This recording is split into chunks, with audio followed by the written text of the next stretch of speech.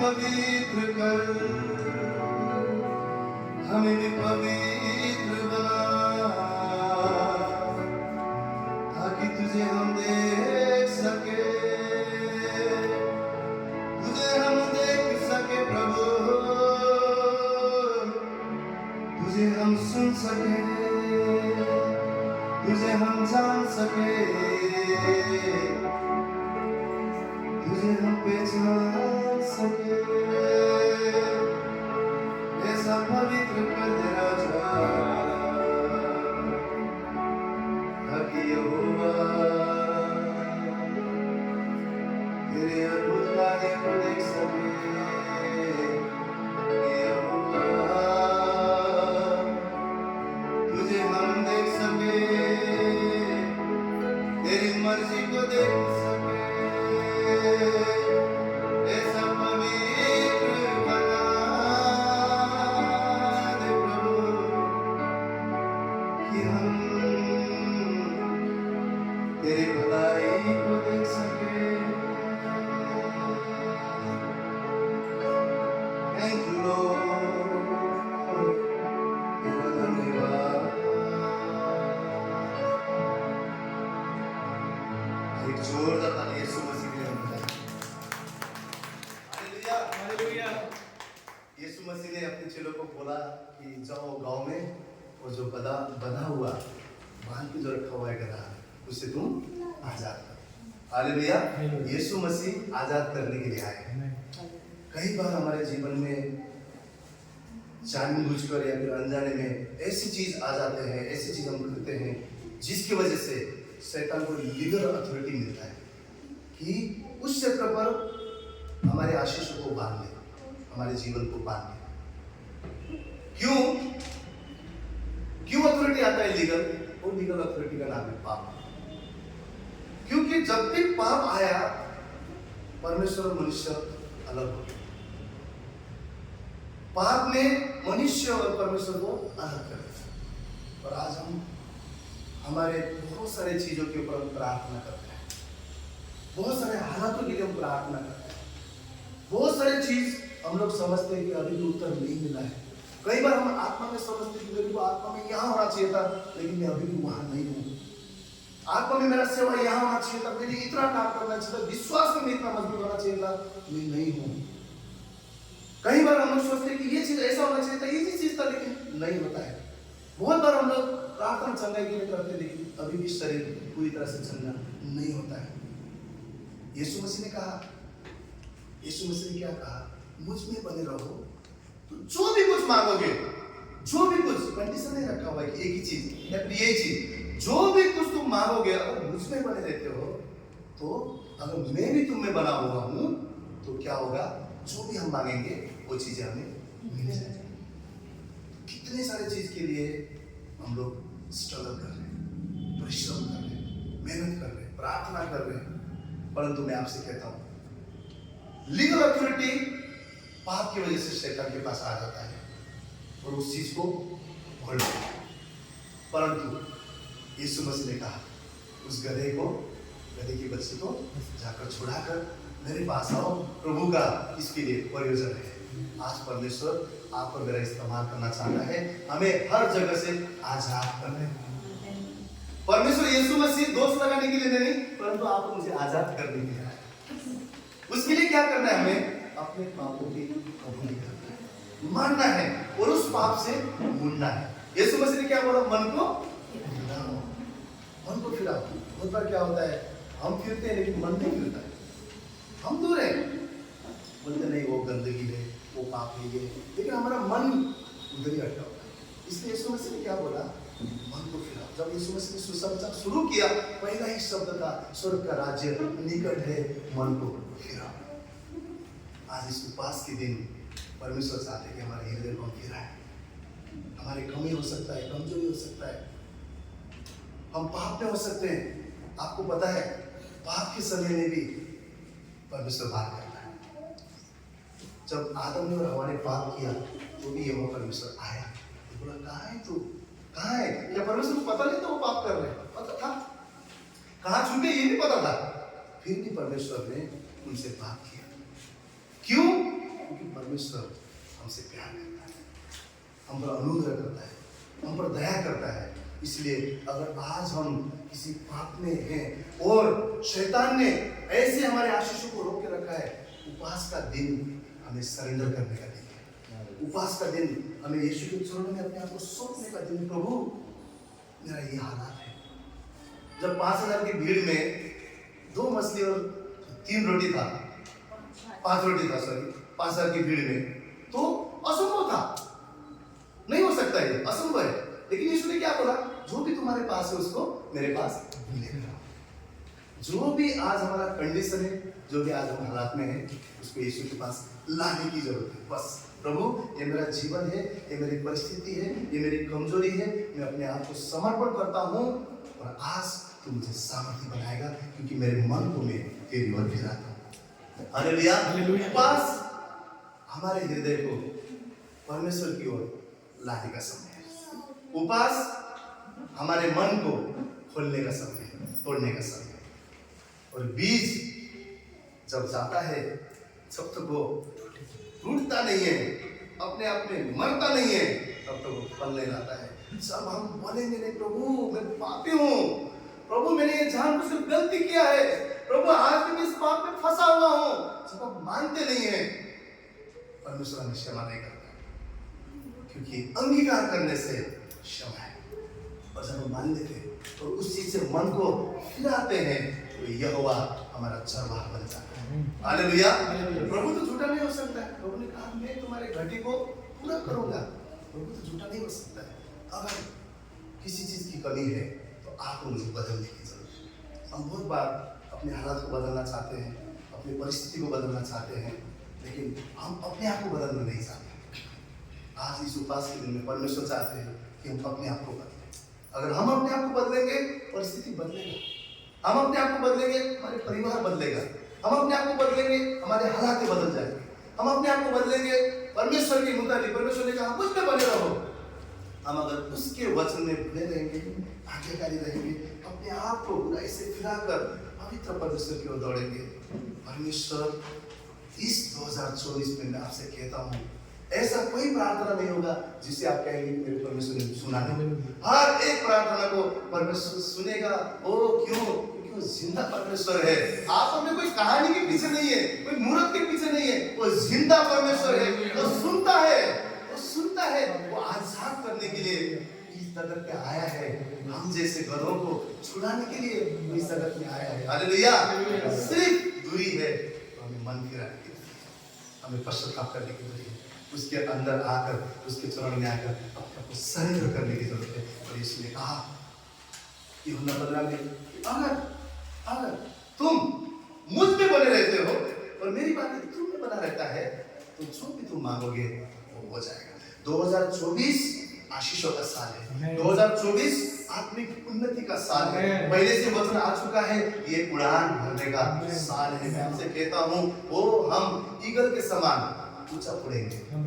कभी हम दौड़ेंगे लेकिन थकेंगे नहीं, कभी भी हम परिश्रम करेंगे लेकिन थकेंगे नहीं। वो परमेश्वर यहोवा हमें बल और सामर्थ्य देगा। अपने आप को कहना है, उत्साहित होना है, हर दिन अपने आप को उत्साहित होना है। कलीसिया में आते एकदम मेरा सब लूट गया, ऐसा नहीं रहना है।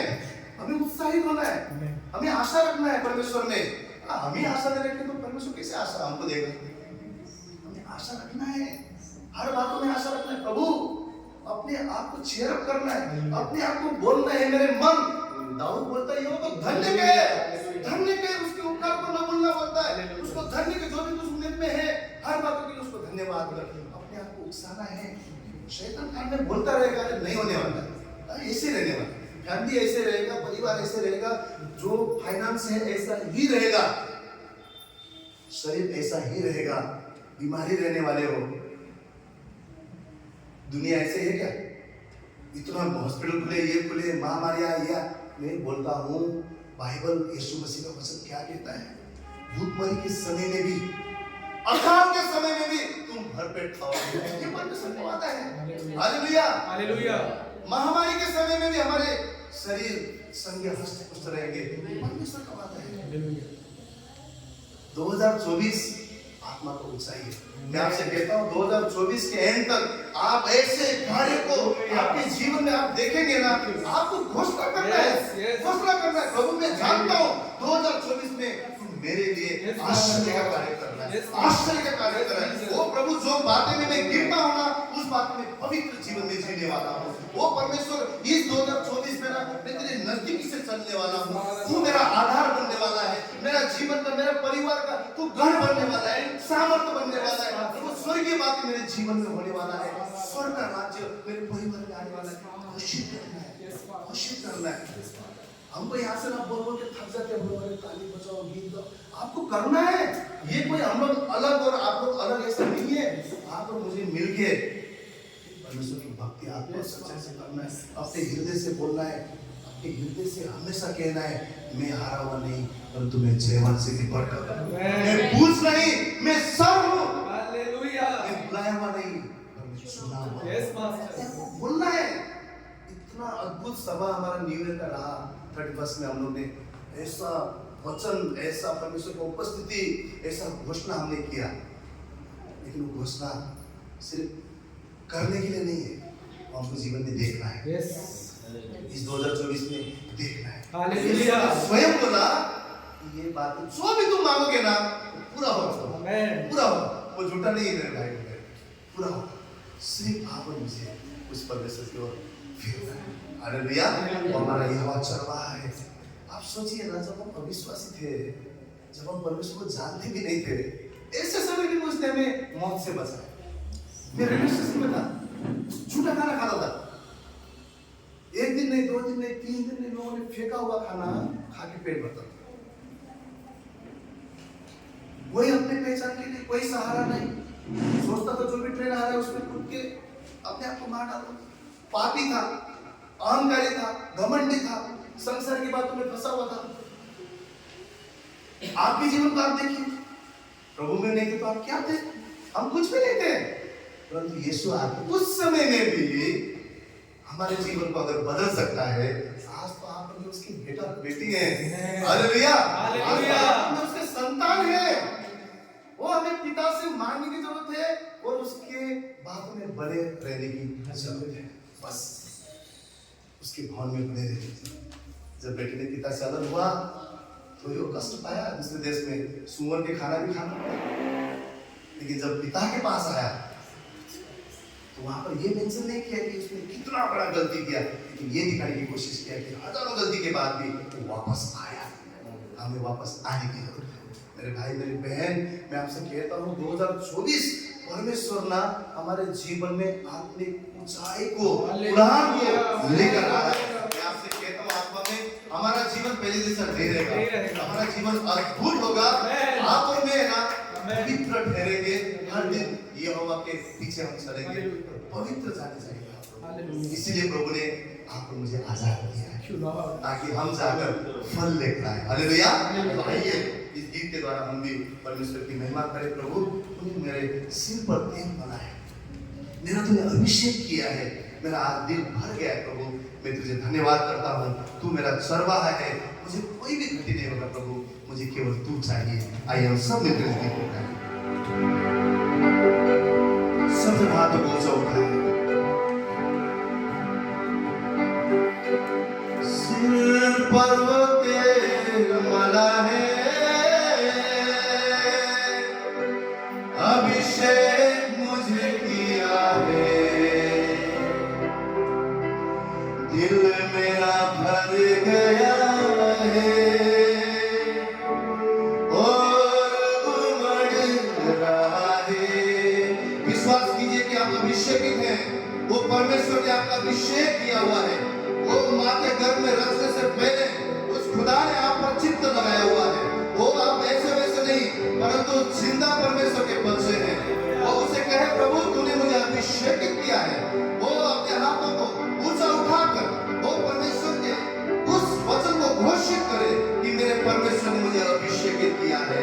वो मेरा चरवाहा है, उसकी हुजूरी मेरे लिए काफी है, उसकी उपस्थिति मेरे लिए काफी है, उसका वचन मेरे लिए काफी है, उसका छुअन मेरे लिए काफी है, उसकी बातें मेरे लिए काफी है। मुझे और कुछ नहीं, मेरा परमेश्वर चाहिए।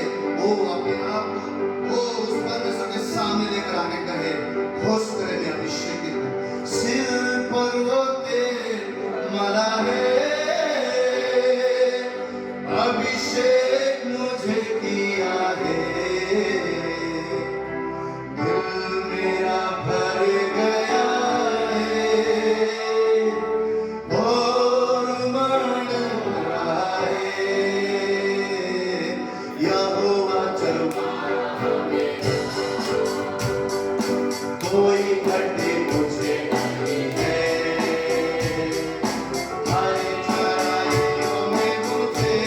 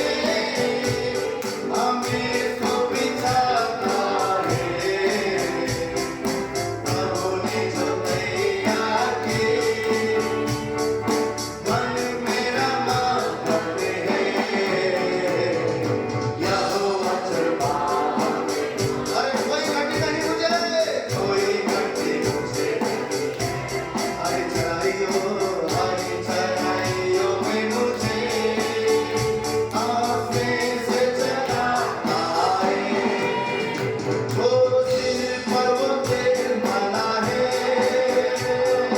अभिषेक मुझे किया है, दिल मेरा भर गया है और तू बढ़ रहा है। सिर पर तो तेल माला है, अभिषेक मुझे किया है, दिल मेरा भर गया, दिल मेरा भर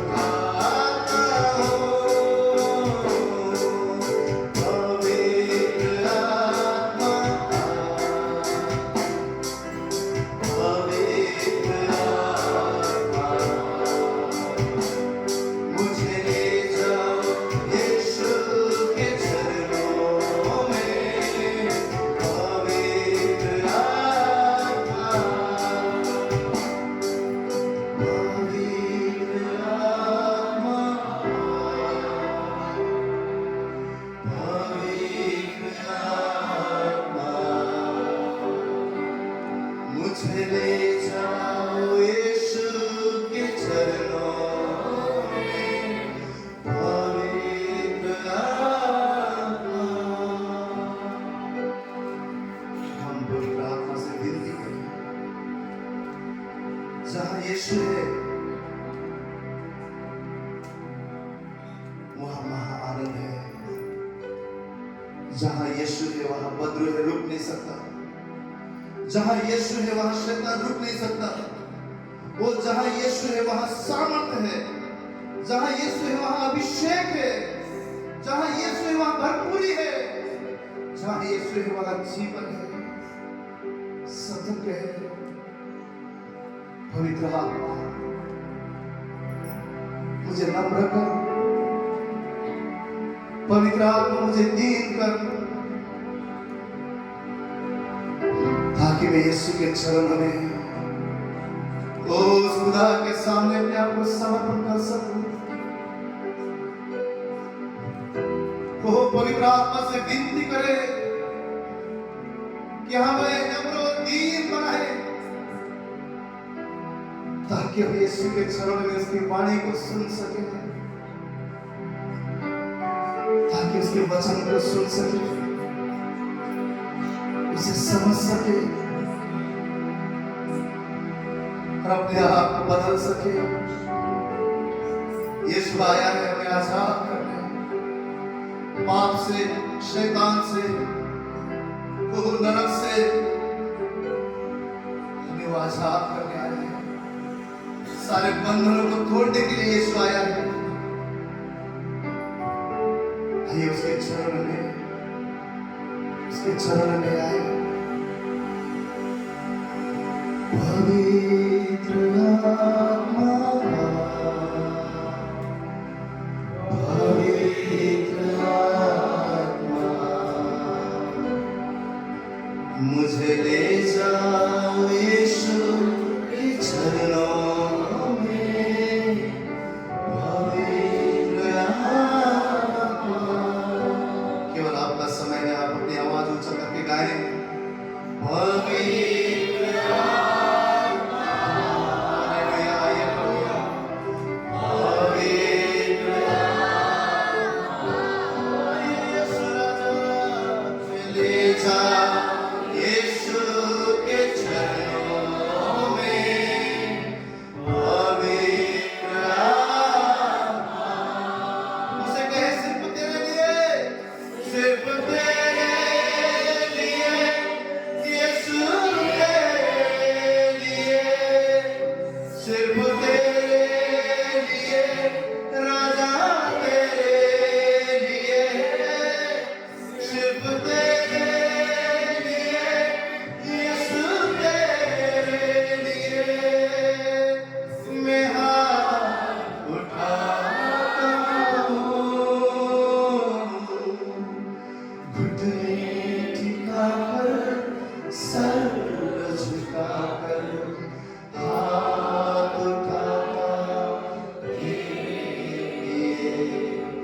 घुटने टिकाकर, सर झुकाकर, हाथ उठाता तेरे लिए, सिर्फ तेरे लिए, यीशु तेरे लिए, सिर्फ तेरे लिए, राजा तेरे लिए। हम जिएंगे तेरे लिए प्रभु, जो भी कुछ करेंगे प्रभु उससे तेरी महिमा होगी। ये 2024 प्रभु, ये संसार हमारे जीवन से तेरे रोशनी को देखेगा। ये संसार हमारे जीवन में तेरी शांति को देखेगा, तेरे सामर्थ्य को देखेगा। हमें तुझसा बना दे, हमें तुझसा बना दे प्रभु। हम बदलना चाहते हैं, हम तेरे समान होना चाहते हैं, हम तेरे जैसे बनना चाहते हैं प्रभु। आज प्रभु हमारे हालात और परिस्थिति से भी बढ़कर वो प्रभु हम बदलना चाहते हैं। हमारा जीवन प्रभु तू बदल, ना बदले प्रभु हमें कौन बदल सकेगा? तू ना हमें चलाए हमें कौन चलाए प्रभु? तू ना हमें उठाए हमें कौन उठाए राजा? तू हमें बना प्रभु, तू हमारा कुम्हार है, तू हमारा कुम्हार है, मिट्टी है प्रभु,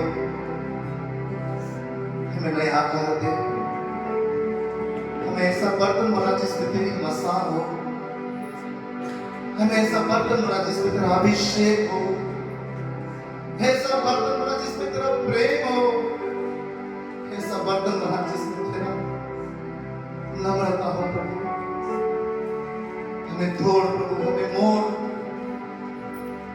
परंतु हमें बना प्रभु, हमें नया बना। मैं ना करूं मेरे मन की, दौड़ूं तेरी मर्जी को, लग जाए ऐसी लग तेरी, कुछ और ना अब रिझाए, तेरी हर ख्वाहिश को मैं अपनी आदत बना दूं, ऐसा मुझको बना, ऐसा मुझको बना, मैं तुझको पसंद आऊं, मैं तेरे दिल को भाऊं, ऐसा मुझको बना, ऐसा मुझको बना। मेरे अंदर तेरी आदतों को भर दे, मेरे अंदर तेरी चाहतों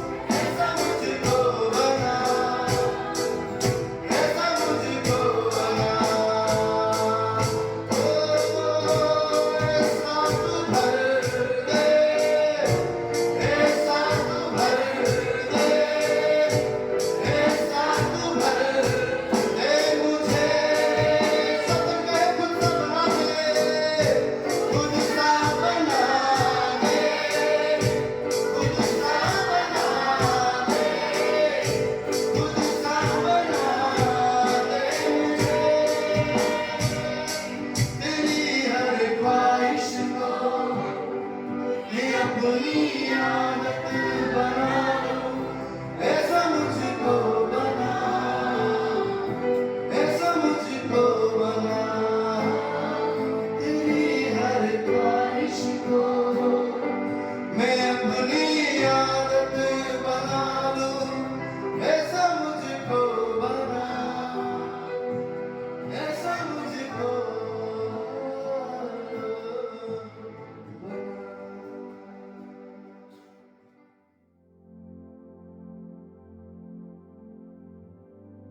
आइए हम परमेश्वर का वचन आज हम खोलेंगे मत्ती की पुस्तक। आइए हम देखिए यीशु मसीह आज क्या कह रहे हैं हमसे। मत्ती की पुस्तक 18वां अध्याय उसका 19वां और 20वां वचन हम पढ़ेंगे। यहां पर यीशु मसीह कहते हैं, फिर मैं तुमसे कहता हूं, यदि तुम में से 2 जन पृथ्वी पर किसी बात के लिए एक मन होकर उसे मांगे तो वह मेरे पिता की ओर से जो स्वर्ग में है उनके लिए हो जाएगी। और 20वें वचन में लिखा है, क्योंकि जहां 2 या 3 मेरे नाम पर इकट्ठा होते हैं वहां मैं उनके बीच में होता हूं। आज मैं इसी विषय पर आपसे बात करना चाहता हूं कि कितनी सामर्थ है एक मन में और कितनी सामर्थ है एग्रीमेंट में। आज परमेश्वर यहाँ पर क्या बोल रहे हैं, यहाँ वचन क्या बोल रहे हैं, जहां 2 या 3 मेरे नाम से इकट्ठा होते हैं और एक मन होते हैं, वहां क्या होता है, वहां लिखा है, यीशु मसीह कह रहे मैं तुम्हारे बीच में हूं। कितनी सामर्थ है। कई बार हम ये कहते हैं ना, हर कलीसिया में सालों से हम जाते हैं, ये कहते हैं कि जब प्रभु यीशु के नाम से 2 या 2 से अधिक इकट्ठा होते हैं, वहां क्या होता है, वहां यीशु मौजूद होते हैं। पर यहां वचन कह रहा है कि जब वो एक मन से इकट्ठा होते हैं, वहां पर प्रभु कह रहे हैं कि मैं उनके बीच में आ जाता हूं। एक मन से इकट्ठा होते हैं, मैं उनके बीच में। कौन सा यीशु आता है, कौन सा यीशु? वो यीशु जिसका जिक्र मत्ती 1:21 में लिखा है, जब स्वर्गदूत ने यूसुफ से कहा तो उसका नाम यीशु रखना, क्योंकि वह अपने लोगों को उनके पापों से उद्धार करेगा। क्या हम उस यीशु के नाम से इकट्ठा होते हैं, वो यीशु जो हमारे पापों से हमारा उद्धार करता है? यहां पर यीशु मसीह कह रहे हैं, जब हम एक मन होकर इकट्ठा होते हैं, मतलब कि हम जब अपने पापों से मन फिराकर हम जो परमेश्वर के भवन में आते हैं ना, और एक मन हो जाते हैं, और वहां पर हम जो मानते हैं, परमेश्वर क्या बोलते हैं, मेरा पिता जो स्वर्ग में है वो तुम्हारे लिए वो पूरा कर देगा। मतलब अगर हम यीशु के नाम से 2 इकट्ठा होंगे तो हम 3 बन जाएंगे। याद रखिए, 2 है तो 3 है, तीसरा कौन है, यीशु मसीह। 3 है तो 4 है, 4 है तो 5 है।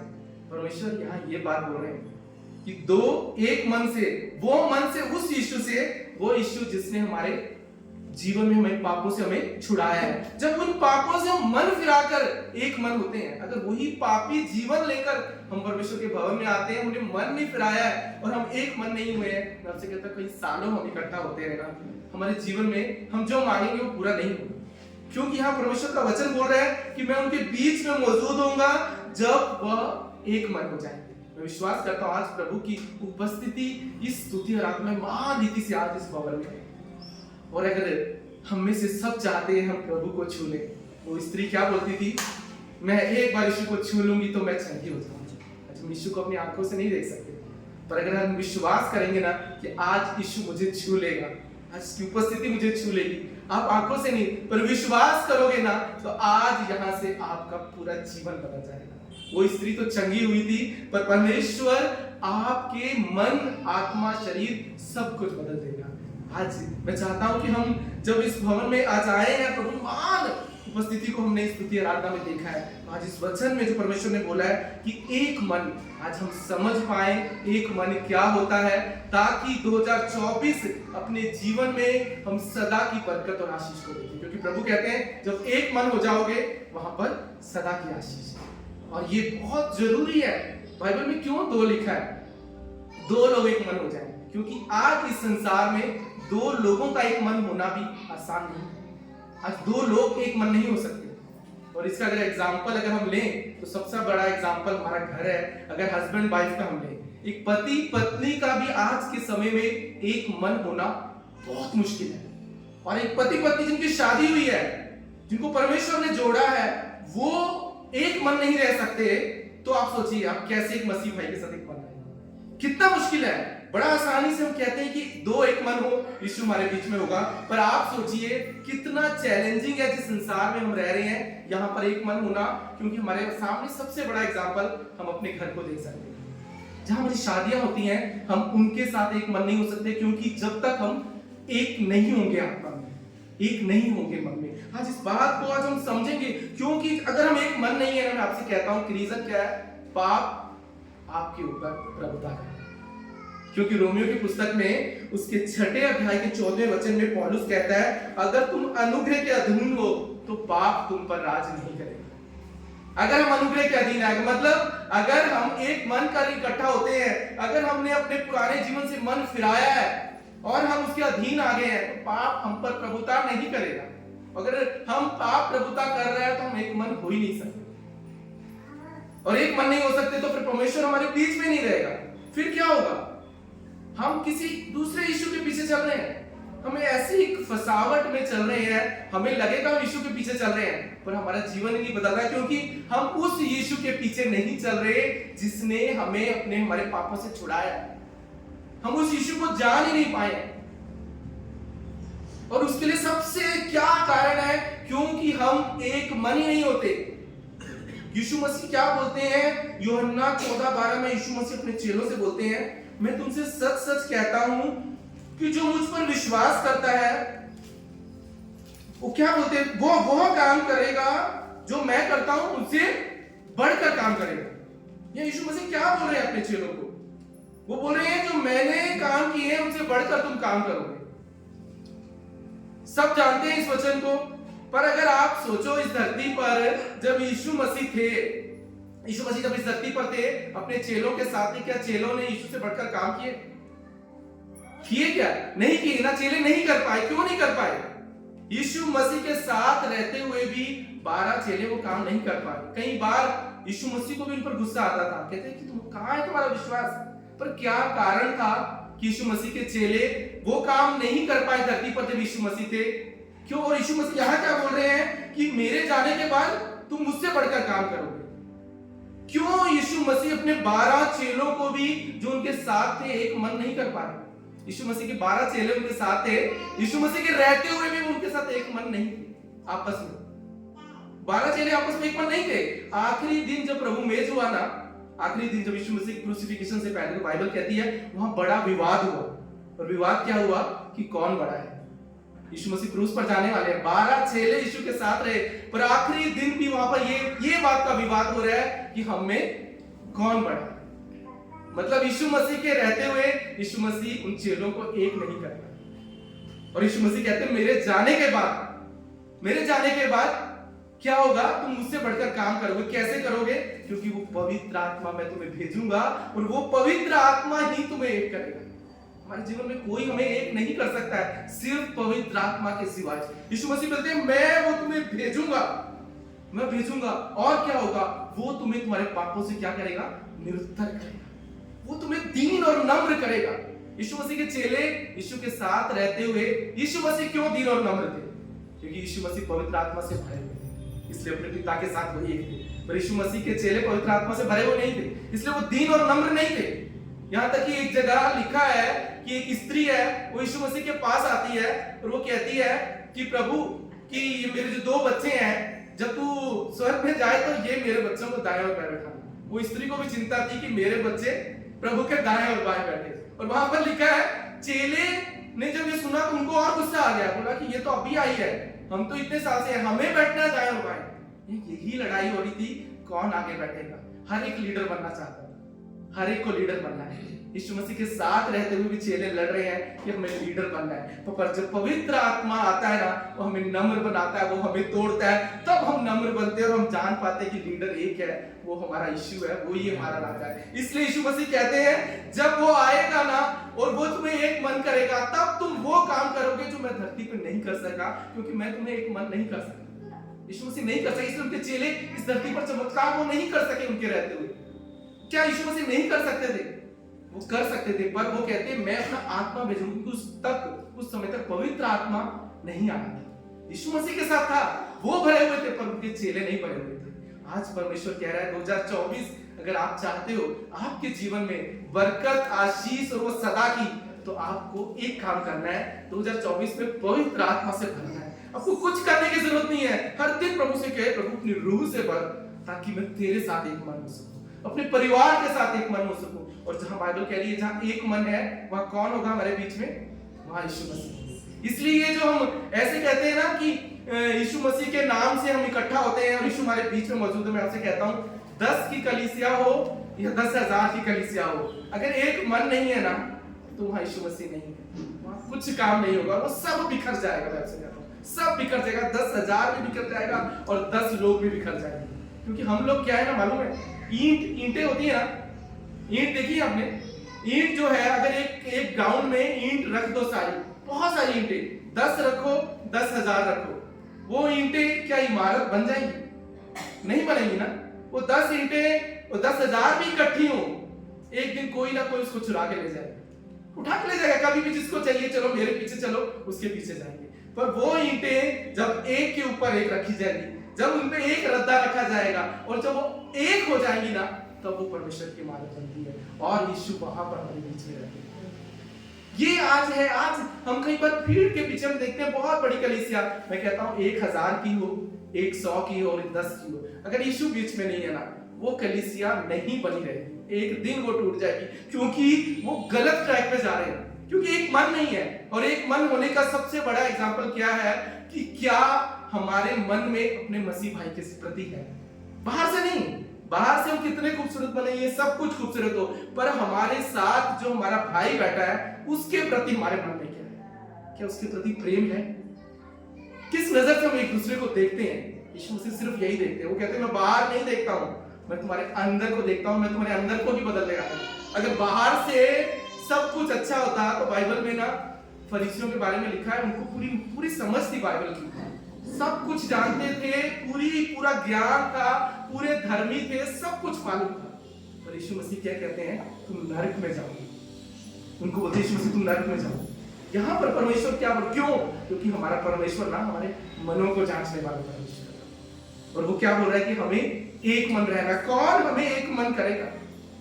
यूहन्ना की पुस्तक आप खोलिए मेरे साथ, 1 यूहन्ना उसका 4था अध्याय और उसका 20वां वचन। यहाँ यूहन्ना एक इतना सिंपल लॉजिक दे रहा है कि आप देख सकते हो कि आपके जीवन में यीशु मसीह है कि नहीं है। और आप जो कहते हो कि मैं यीशु के पीछे चलता हूं, क्या वो सही है? क्या आप सही यीशु के पीछे चल रहे हो? जिसके पीछे चलकर आपने अपने जीवन में अपने पापों से मन फिराया है, क्या आप उस यीशु के पीछे चल रहे हो? 1 यूहन्ना 4:20 क्या कहता है? आइए इस वचन को हम देखेंगे, कोई पढ़े इसको। 1 यूहन्ना 4:20। यदि कोई कहे मैं परमेश्वर से प्रेम रखता हूँ और अपने भाई से बैर रखे, तो वह झूठा है, क्योंकि जो अपने भाई से जिसे उसने देखा है प्रेम नहीं रखता, तो वह परमेश्वर से भी जिसे उसने नहीं देखा प्रेम नहीं रख सकता। यहाँ क्या बोल रहे हैं? हम कहते हैं हम यीशु से प्रेम करते हैं, हम सब कहते हैं ना यीशु से प्रेम करते हैं। यहाँ प्रभु क्या बोल रहे हैं? जहां हम रहते हैं, जब अपने भाई जो कलीसिया में है, अगर हम उनसे प्रेम नहीं कर सकते, आज इन घरों में हम रह रहे हैं, अगर हम घरों में एक दूसरे से प्रेम नहीं कर सकते और हम कलीसिया में आके कहते हैं हम प्रभु से प्रेम करते हैं, प्रभु कहते हैं ये झूठा है। झूठा है, क्योंकि जिस भाई को तुम जानते हो, तुम्हारे साथ रहता है, तुम उससे प्रेम नहीं कर सकते और तुम कहते हो कि तुम मुझसे प्रेम करते हो। प्रभु क्या बोल रहे हैं? तुम झूठ बोलते हो। आज हमें ये टेस्ट करना है अपने जीवन में। यूहन्ना सिंपल एक लॉजिक हमें एक सिंपल टेस्ट दे रहा है। आज हमें जांचना है अपने जीवन में कि हमारा मन क्या कहता है एक दूसरे भाई के प्रति। जब हम देखते हैं हम क्या कहते हैं, पीछे से क्या कहते हैं उसके बारे में, ये अपने आप को टेस्ट करने की जरूरत है। अगर आप चाहते हो 2024 परमेश्वर की आशीष रहे, आप परमेश्वर आपके जीवन में रहे, परमेश्वर कहता है एक मन, उस मन का बदलना बहुत जरूरी है। अगर वो मन नहीं बदला है और उस मन के साथ आप परमेश्वर के भवन में आते हो, आप किसी के साथ एक मन हो ही नहीं सकते। अगर मन नहीं एक हुए तो यीशु मसीह वहां है ही नहीं आपके बीच में। यीशु मसीह हमें बता रहे हैं क्या है एग्रीमेंट की पावर, आपको नहीं पता है। मैं आपसे एक एग्जांपल छोटा सा देता हूं। दो लोग हैं, एक शरीर में, दोनों शरीर में है, तो क्या होगा उनके बीच में हमेशा? लड़ाई होगी। हस्बैंड वाइफ की बात ले लेते हैं। चलो सबसे बड़ा एग्जांपल 2 में हस्बैंड वाइफ लेना इसलिए सही है क्योंकि वो हमेशा साथ रहते हैं, बाकी तो नहीं रहते। कलीसिया वाले 7 दिन में 1 दिन रहते हैं तब भी बुराई करते हैं, तो वो अलग इशू है, पर हस्बैंड वाइफ तो हमेशा साथ है। मैं सिर्फ एग्जांपल में आपको बता रहा हूं, 2 हस्बैंड वाइफ वो साथ रहते हैं, दोनों शरीर है, तो क्या होगा घर में हमेशा लड़ाई होगी।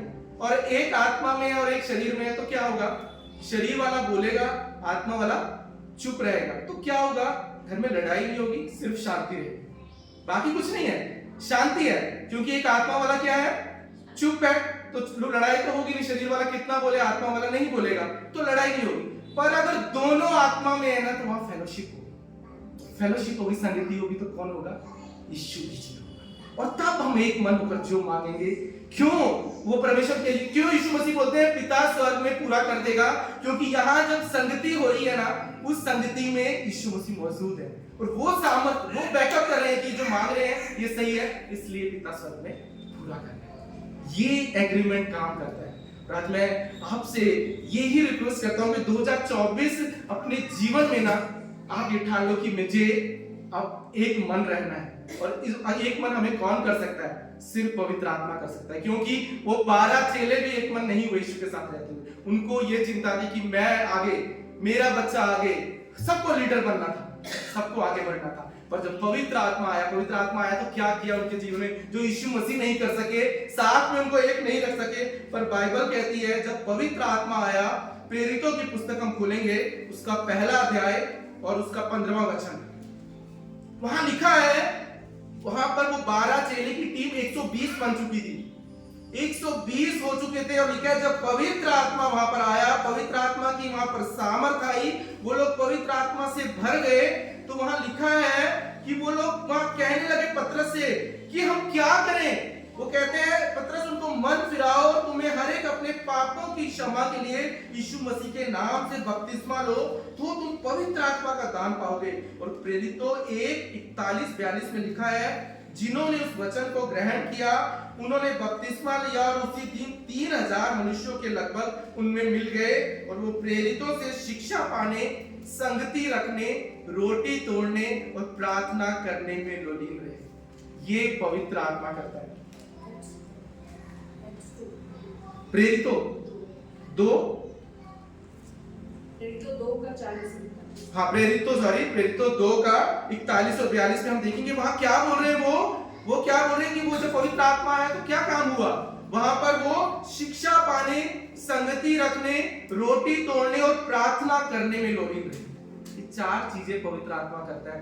जब पवित्र आत्मा हमारे जीवन में आएगा ना तो हमें सिर्फ परमेश्वर की धुन रहेगी, उसकी शिक्षा पाने की, मिलकर रोटी तोड़ने की, प्रार्थना करने की, और क्या बोल रहे हैं कि हमें साथ रहने की। ये चीजें पवित्र आत्मा करता है। अगर आप अपने घर में आप चाहते हैं ना प्रभु का आत्मा वहां कार्य करे, तो हमें एक मन रहना सीखना, क्योंकि एग्रीमेंट में पावर है, सामर्थ है। और बाइबल कहती है आमोस 3:3 में, यदि 2 मनुष्य परस्पर सहमत ना हो तो एक साथ नहीं चल सकते। 2 लोग एक साथ सहमत नहीं तो साथ ही नहीं चल सकते, सेवा तो हो ही नहीं सकती है, घर में परिवार भी नहीं चल सकता आगे, उसमें आनंद नहीं आ सकता। क्योंकि क्लियर लिखा है, क्या बोल रहे हैं, यदि 2 मनुष्य सहमत ही नहीं है तो वो साथ कैसे चलेंगे। साथ चल रहे हैं क्योंकि मजबूरी है। पर यहां पर हम देख रहे हैं 120 चेले, 12 चेले जब यीशु के साथ थे, एक मन नहीं हो पाया। पर जब पवित्र आत्मा आया 120 ऐसी आग बन गई कि बाइबल कहती है एक दिन में 3000 उनके साथ जुड़ गए। क्या करता है पवित्र आत्मा, वो जो ईंटें होती है ना, हमको जब वो इकट्ठा करता है, उसकी आग आती है ना तो हम पिघल जाते हैं और एक होते हैं। पवित्र आत्मा हमारे मन को पिघलाता है, कोई नहीं पिघला सकता। ये मन को सिर्फ पवित्र आत्मा पिघला देता है। और जब ये मन पिघलेगा ना तभी हम दीन होंगे, तभी हम नम्र होंगे, और तभी हम वो प्रेम हमारे जीवन में आएगा जो यीशु मसीह हमसे करते थे, धीरज वाला प्रेम। और इसी प्रेम के लिए पौलुस बोलता है, आइए हम खोलेंगे इफिसियों की पुस्तक, उसका 4था अध्याय, पहले वचन से 3रे वचन में। यहाँ पर पौलुस एक प्रार्थना कर रहा है। वो कहता है, मैं जो प्रभु में बंदी हूं तुमसे विनती करता हूं कि जिस बुलाहट से तुम बुलाए गए हो उसके योग्य चाल चलो, अर्थात सारी दीनता और नम्रता और धीरज धर के प्रेम से एक दूसरे को सह लो और मेल के बंधन में आत्मा की एकता रखने का प्रयत्न करो। या पौलुस क्या विनती कर रहा है बोले कि जिस बुलाहट के लिए तुम बुलाए गए हो उसके योग्य बनो। और इसके लिए वो क्या बोल रहे हैं? आत्मा की एकता बनाए रखने का यत्न करो। जब पवित्र आत्मा हमारे जीवन में आता है ना, तो 3 चीजें लाता है। दीनता लाता है, नम्रता लाता है और धीरज से प्रेम लाता है। वो प्रेम जिसमें हम एक दूसरे को सह सकते हैं। आज सबसे मुश्किल है, हम एक दूसरे को सह ही नहीं सकते। हस्बैंड वाइफ एक दूसरे को नहीं सह सकते। और ये प्रेम कहां से आएगा? ये सिर्फ पवित्र आत्मा लाएगा, सिर्फ वही लाएगा। जब वो चेले, बाइबल कह रही है, जब वो वहां पर इकट्ठे हुए और पवित्र आत्मा आया, 120 आग बन गए और बाइबल कहती है वहां 3000 लोग वहां पर एक दिन उन्होंने बपतिस्मा लिया और इकट्ठे हो गए। क्योंकि पवित्र आत्मा ही हमें एक करना सिखाता है, वही हमें साथ मिलकर जुड़ना सिखाता है, क्योंकि वही हमें तोड़ सकता है। कोई हमारे मन को नहीं तोड़ सकता, कोई हमारे मन को पिघला नहीं सकता सिवाय पवित्र आत्मा के, सिवाय पवित्र आत्मा के।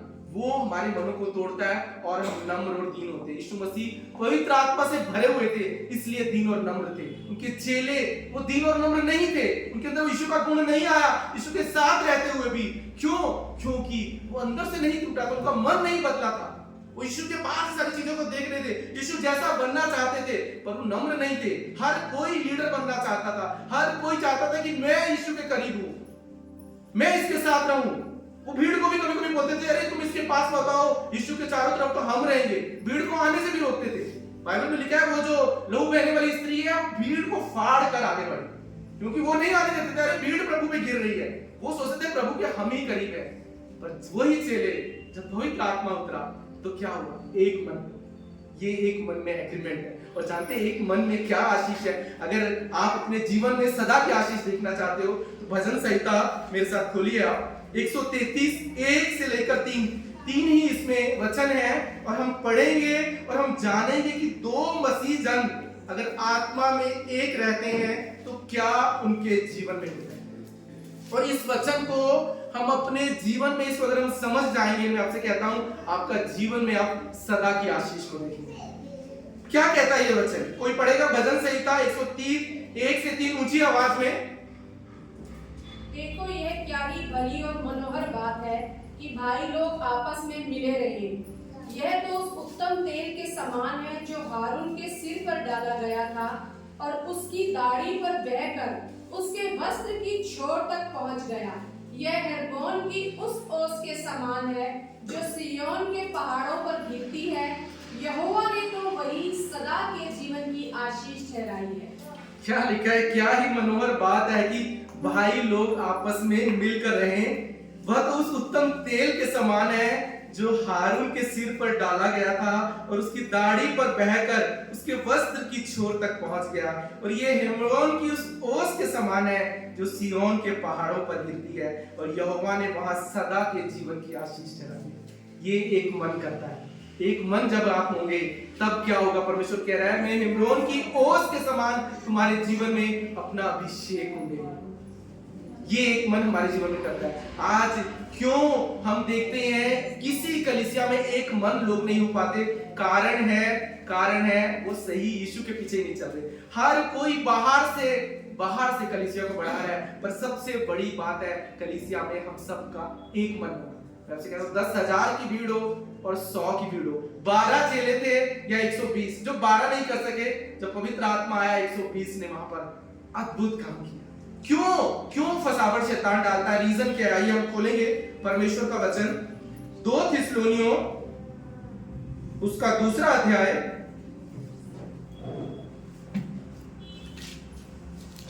2 थिस्सलुनियों उसका 2रा अध्याय 9वां 10वां और 11वां वचन।